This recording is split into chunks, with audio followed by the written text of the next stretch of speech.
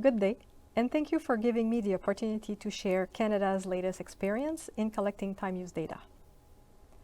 Today, I will do a brief overview of the time use survey in Canada, the changes over time and innovation done for the 2022 time use collection, and some of the challenges faced.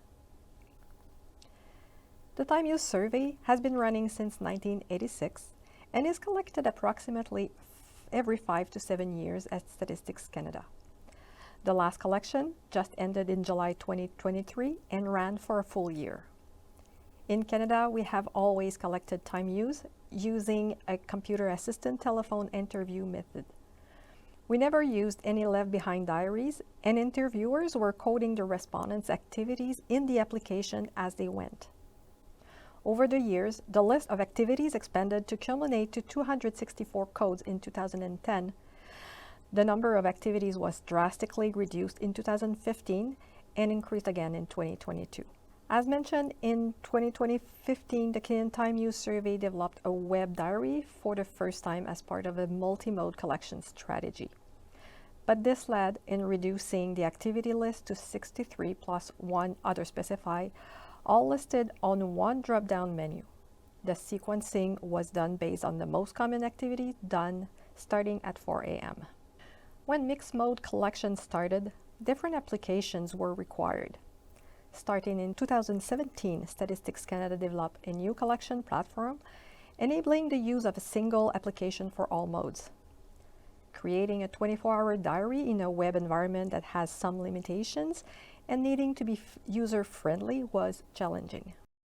The lessons learned in 2015 and a new questionnaire design tool allowed for the 2022 time use diary to have many more activity categories. As the ICATIS 2016 was very closely comparable with previous Canadian codes, we have decided to adopt the international classification as our coding tool starting in 2022. The categories were operationalized and presented in a hierarchical structure to make it easy for respondents to find the category that best fits their activity. After doing qualitative testing, where some respondents had trouble finding the activities they were doing, it was decided to provide more high-level categories for a total of 18 from the 14 available in ICATIS and 122 low-level categories and an other specified option. This is a quick glance at how it looks on screen. Once selected, the high-level category opens up to more specific activities. Some follow-up questions were added for when respondents indicated that their main activity was unpaid work or care. As we did not expect respondents to understand or distinguish between the concepts of volunteering versus unpaid work, but recognizing how important it is to maintain a proper distinction between these categories in time use research, we have added these questions to be able to recode responses when necessary. For example, if a respondent reports that their main activity was doing unpaid household work, but in the follow-up questions indicate that this work was done for an unrelated person living outside of their household, the main activity would be recoded to volunteering rather than unpaid household work to be aligned with international standards. In the past, we found that eating was often unreported, so for 2022, we added a follow-up question in case no eating episodes were recorded during the 24-hour reference period. Rather than asking the respondents to take on the high burden of going back through their diary and readjusting their responses to report their eating, we simply ask if they ate anything at all during the day, their reference day, and if they did, approximately around which time of the day and for how long. Reaching out to respondents has always been a challenge, and effort has put on legitimating the survey and informing householders for an upcoming telephone call from a StatCan interviewer. Now that the population is bombarded by all types of surveys, telemarketer, businesses, organizations, governments, etc., more personalized information need to be prepared in complement to introduction letters. And it must be self-explanatory, as the first point of contact is now through mail or email. The survey must be sold as what's in it for me, what will I get out of this? To provide as much information as possible, we have developed a brochure showing past results and how data are used. In addition, we have developed short tutorial videos explaining what a 24-hour diary is and how to complete it. Using a 5-panel bilingual brochure, the challenge is to showcase what good is in the survey for respondents, how responding will impact their daily life.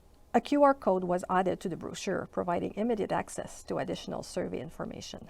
During the qualitative testing, participants typically found most of their challenges with the diary.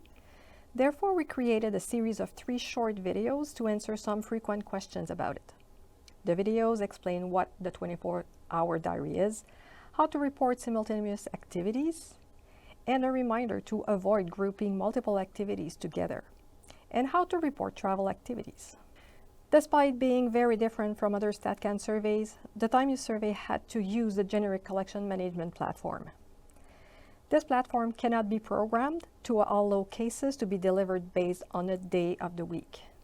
As we could program emails to be delivered on specific dates, and we had valid email addresses linked to household, we innovated by using emails as the main survey invitation tool, which assured an equal distribution of cases by day.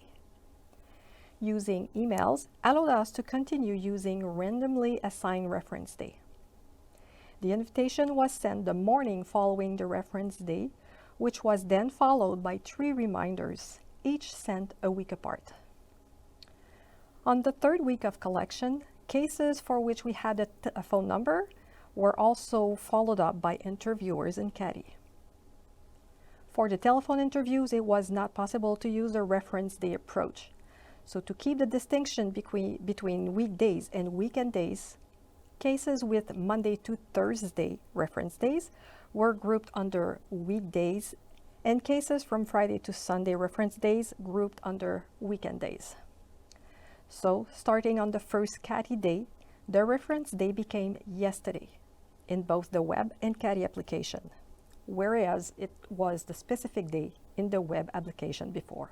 In Canada, to be accepted, a diary requires at least 3 episodes of 24 hours worth of activities. The application could meet the 24-hour condition, but couldn't manage the other requirement. Therefore, an edit flagging long episodes of 12 hours or more was added within the application, along with a travel edit to remind respondents to record travel time and mode of transportation between activities if an activity location was changed. In previous years, the entire diary was coded by interviewers during the interview, and only few activities needed to be coded after the fact in the head office. Having a self-completion instrument led to a lot more inconsistencies that need to be resolved in the head office. Luckily, time use data trends are quite stable over time, and using unweighted data allowed us to compare overall time spent on activities to detect any inconsistencies. Overall time was following trends, but the number of episodes had decreased. Imputing the missing 80 episodes using the follow-up question helped the trend comparability for the eating activity and opened the door to additional editorial steps. Based on the diary responses, it was clear that for some activities such as shopping or going to appointments, the travel time was included with the activity instead of being separated. Several steps were programmed to identify such cases and correct them. In conclusion, the innovation route taken by Statistics Canada to modernize its collection tool and platform helped the development of a user-friendly application for time use and challenged some of the limitations to find ways to follow international standards within Statistics Canada parameters.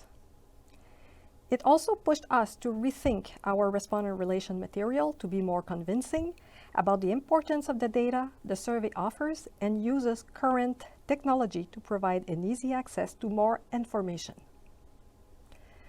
Nonetheless, the time use survey collection remains a great challenge, and for Canada brings additional processing ones that were dealt with by having interviewers in the past. Not having used paper diaries in the past, the recoding process used by other statistical offices was never developed and needed to be created to assure data comparability over time. I would like to encourage you to look at the information for respondents on our website. If you would like to learn more about the Canadian Time Use Survey, please do not hesitate to contact me. Thank you.